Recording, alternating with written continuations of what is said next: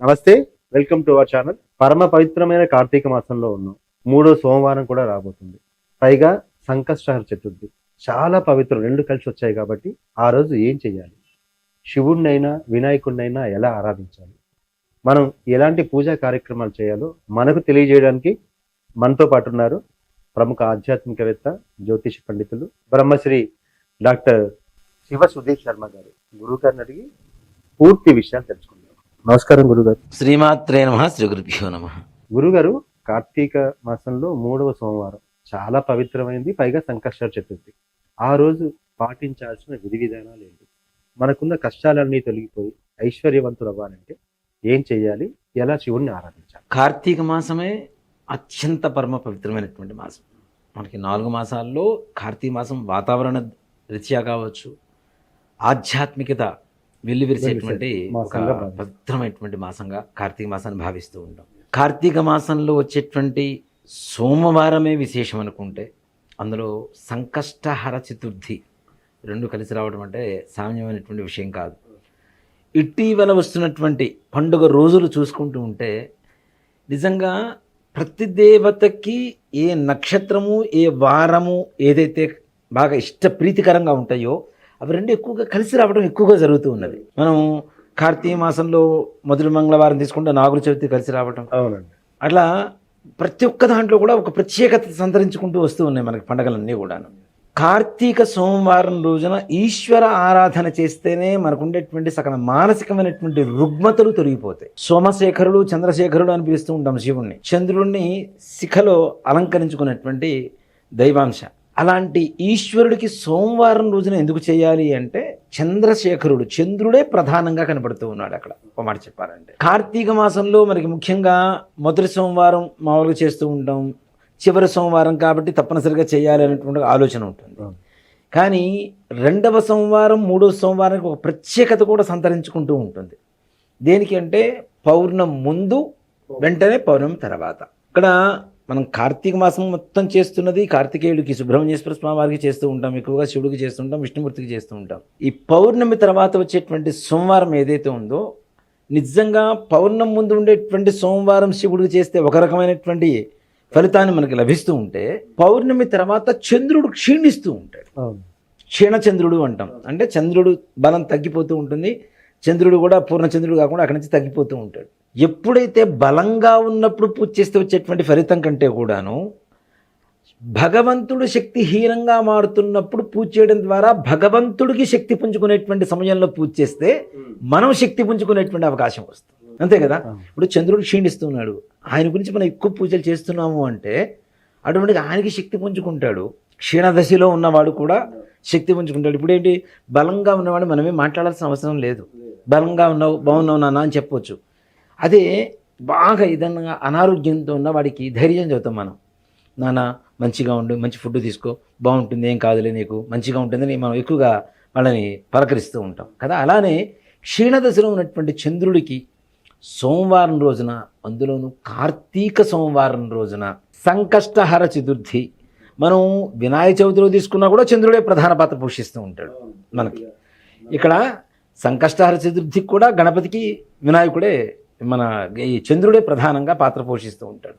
నిజంగా చెప్పాలి అంటే కార్తీక మాసంలో, అంటే కార్తీక మాసం అనేది కాదు, ఏ మాసంలో వచ్చేటువంటి సంకష్టహర చతుర్థి అయినా సరే సకల సంకటాలను నెరవేర్చి కష్టాలను తీర్చేటువంటి చతుర్థిగా మనం పూజ చేస్తూ ఉంటాం. అలాంటిది కార్తీక మాసం సోమవారం, వినాయకుడికి ఇష్టమైనటువంటి రోజు సంకష్టహర చతుర్థి, ఈశ్వర ప్రీతి, చంద్రప్రీతి, ఇన్ని రకాలుగా ఒకటే రోజు కలిసి రావడం అనేది మన పూర్వజన్మ సుకృతంగా చెప్పుకోవచ్చు.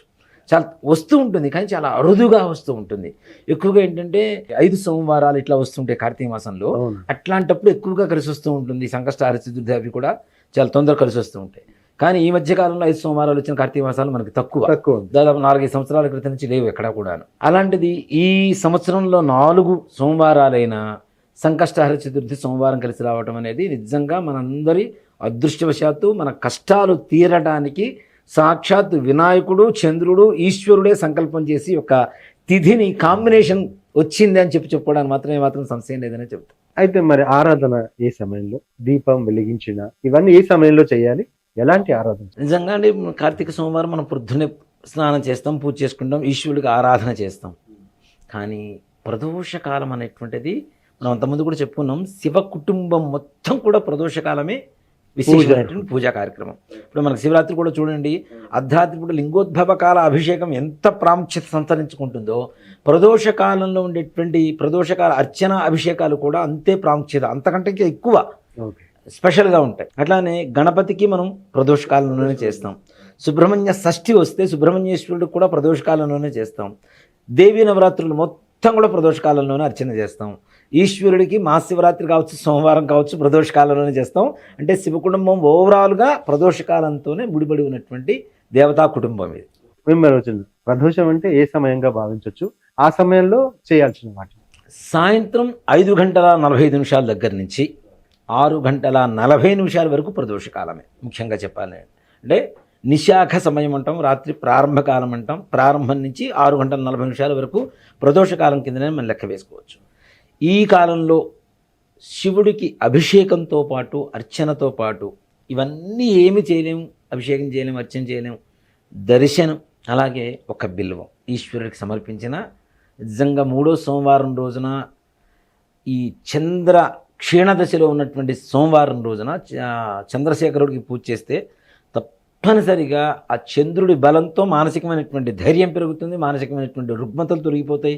అట్లాగే పుట్టినటువంటి పిల్లలు కూడా మెంటల్గా డెవలప్మెంట్ లేకపోవటం, ఇట్లాంటి వాళ్ళకు కూడా ఈ 3వ సోమవారం శివుడికి ప్రదోషకాలంలో ఎవరైతే అర్చన చేయించుకుంటారో, అభిషేకం చేయించుకుంటారో, బిల్వాలతో స్వామివారికి అర్చన చేయిస్తారో వారికి మానసికమైనటువంటి రుగ్మతలు తగ్గిపోయి మానసికమైనటువంటి ఆత్మస్థైర్యం, ధైర్యం, ఆరోగ్యం కూడా సంపూర్ణంగా కలగడానికి అవకాశం ఉంటుంది. అంటే అది చేసేటప్పుడు ఏదైనా మంత్రం జపించడం అలాంటిది, ఏ మంత్రం జపిస్తే బాగుంది? ఒక్క మాట చెప్పారంటే పరమేశ్వరుడికి పంచాక్షరి మంత్రానికి మించినటువంటి మంత్రం లేదు. కానీ దానికి తోడుగా మనకు ఐశ్వర్యం కూడా కావాలి అంటే ఓం శ్రీం నమఃశివాయ, ఓం శ్రీం నమఃశివాయ. శ్రీం అనేది మనం చెప్పటికి లక్ష్మీదేవి బీజాక్షరంతోనే తీసుకుంటున్నాం మనం. ఓ మాట చెప్పాలంటే శ్రీం అనేది శక్తి బీజం కాబట్టి పార్వతీ అమ్మవారికి కూడా తప్పనిసరిగా. అలాగే మారేడు దళం ఇస్తున్నాం కాబట్టి మారేడు వృక్షాన్ని కూడా మనం శ్రీఫలం అంటాం, మారేడు పండును కూడా. అంటే అక్కడ ఐశ్వర్యాన్ని మనకు కలుగు చేస్తూ ఉంది. ఈ ఐశ్వర్యంలోనే మనకు కావలసినటువంటి ఆరోగ్యం కూడా దాగి ఉంటుంది కాబట్టి అష్టైశ్వర్యాలలో తప్పనిసరిగా ఆ ఆరోగ్యం కూడా తప్పనిసరిగా మనకి కరుణించే పరిస్థితి ఉంటుంది. అలాగే సంకష్టహర చతుర్థికి నిజంగా అవకాశం ఉంటే ఉదయం పూట లక్ష్మీ గణపతి హోమం చేయించుకోండి. చాలా చాలా విశేషమైనటువంటి రోజులు. ప్రొద్దున్నే సూర్యోదయం కాకముందు యొక్క గణపతి, లక్ష్మీ గణపతి హవనం చేయించుకుంటే అది కూడాను చెరుకు ముక్కలు దొరుకుతాయి. చెరుకు ముక్కలు, అటుకులు, బెల్లం, ఎలక్కాయలు అని చెప్పి మనకి బయట దొరుకుతుంటాయి. ఎలక్కాయలు, అలాగే స్వామివారికి మోదకాలు, వినాయకుడికి ప్రీతికరమైనటువంటివి గరిక, బెల్లం, ఇవన్నీ కలుపుకుంటే అష్టద్రవ్యాలు 8 రకాల ద్రవ్యాలు అవుతాయి. విప్ప నూనె, ఇవన్నీ కలుపుకుంటే 8 రకాల ద్రవ్యాలు. అష్టద్రవ్య లక్ష్మీ గణపతి హోమం ఉంటుంది. అది చేయించుకుంటే దివ్యమైనటువంటి పరిపూర్ణమైనటువంటి కార్య దిగ్విజయంగా ముందుకు వెళ్తాయి. తప్పనిసరి కార్యాలు ఏ పని చేయాలన్నా. ఇప్పుడు చాలా మంది కూడాను ఎన్నో రోజుల నుంచి ప్రయత్నిస్తుంటారు, ముందుకు వెళ్ళడం ఏదో విఘ్నం కలుగుతూ ఉంటుంది. అలాంటి వాళ్ళకి నిజంగా ఒక్క మాటలో చెప్పాలంటే ఈ అష్టద్రవ్య లక్ష్మీ గణపతి హోమం అనేది చాలా విశేషం. అందులో సంకష్టహర చతుర్థి రోజున తెల్లవారుజామున సూర్యోదయం కాకముందు లక్ష్మీ గణపతి మంత్రంతో హోమం చేయించిన, లేదు ఎవరైనా చేస్తున్నా చూసినా, లేదు ఆ సమయాన్ని కూడా మనం వెళ్ళలేదు, కనీసం భస్మధారణ చేసిన, హోమగుండంలో ఉండేటువంటి భస్మాన్ని తీసుకుని ధారణ చేసిన గణపతి పరిపూర్ణమైనటువంటి అనుగ్రహం కలుగుతుంది. అంటే మామూలుగా కార్తీక పౌర్ణమి మొన్ననే అయిపోయింది. 365 ఒత్తులు వెలిగిస్తే సంవత్సరం అంతా పుణ్యం కలుగుతుందని అందరూ అంటున్నారు కదా. ఆ రోజు వీలు కాని వాళ్ళు కార్తీక సోమవారం ప్లస్ సంకష్ట చతుర్థి కాబట్టి ఆ రోజు వెలిగించవచ్చా? తప్పనిసరిగా కార్తీక మాసంలో ఏ రోజునైనా 365 ఒత్తులు వెలిగించవచ్చు. సోమవారం రోజున వెలిగించడం ఇంకా మంచిది. అందులో మనం ఇందాక చెప్తూనే ఉన్నాం, సంకష్టహర చతుర్థి కలిసి వచ్చింది.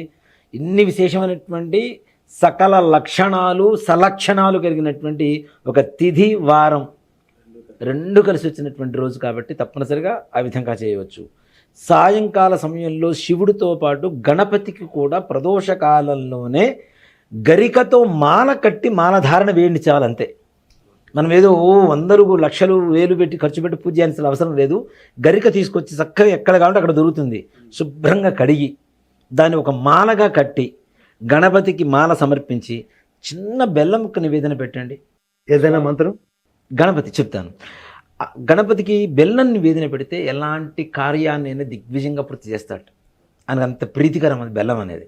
కాబట్టి గరికమాల వేయండి, చక్కగా బెల్లం నివేదన పెట్టండి. సింపుల్గా చిన్న మంత్రం చాలు. ఓం గం గణేశాయ నమః అని చెబుతూ ఉంటారు చాలామంది కూడాను. దానికి కొన్ని బీజాక్షరాలు కలుపుకుంటే ఇంకా శక్తివంతంగా మారుతుంది. ఓం శ్రీం హ్రీం క్లీం గం గణపతయే నమః. ఎన్నిసార్లు చెప్పించారు? 108 సార్లు. ఈ మంత్రాన్ని ఒక్క సంకష్టహర చతుర్థి రోజునే కాకుండా ఆ రోజు నుంచి ప్రారంభించి మీరు ప్రతిరోజు పొద్దున్నే జపం చేసుకొని బయటికి వెళ్ళండి. ఏ పని కాకుండా ఇంటికి వచ్చేటువంటి పరిస్థితులు మాత్రం ఎక్కడా కనపడవు. అసలు నిర్విఘ్నంగా కంప్లీట్ అవుతాను. తప్పనిసరిగా ఓం శ్రీం హ్రీం క్లీం గం గణపతయే స్వాహ అంటే దీంట్లో లక్ష్మి ఉంది, శక్తి గణపతి ఉన్నాడు, గణపతి ఉన్నాడు, కార్యసిద్ధి గణపతి ఉన్నాడు. ఇంత మించి ఏం కావాలి మనకి? ఇంకా అంతకంటే ఇంకా పవర్ఫుల్ మంత్రం ఏం లేదు. కాబట్టి గణపతికి మంత్రం జపం చేసుకుంటూ చక్కగా ఏ జపం చేసినా ముందుగా మరలా చూస్తాను. పంచాక్షరి జపం చేయకుండా ఏ దేవత మంత్రం కూడా పనికిరాదు. ఓం నమ శివాయ అనేటువంటి మంత్రం ఏదైతే ఉంటుందో తప్పనిసరిగా చేయండి. లేదు ఇందాక చెప్పినట్టుగా ఓం శ్రీం నమ శివాయ, ఓం శ్రీం నమ శివాయ చేయండి. ఇంట్లో లక్ష్మీదేవి పరిగెత్తుకుంటూ వచ్చి మీ బీరువారు కూర్చోపోతే అడగండి. చాలా చక్కగా తెలియజేశారు సార్. ధన్యవాదాలు. శ్రీమాత్రే నమః. శ్రీ గురుభ్యో నమః.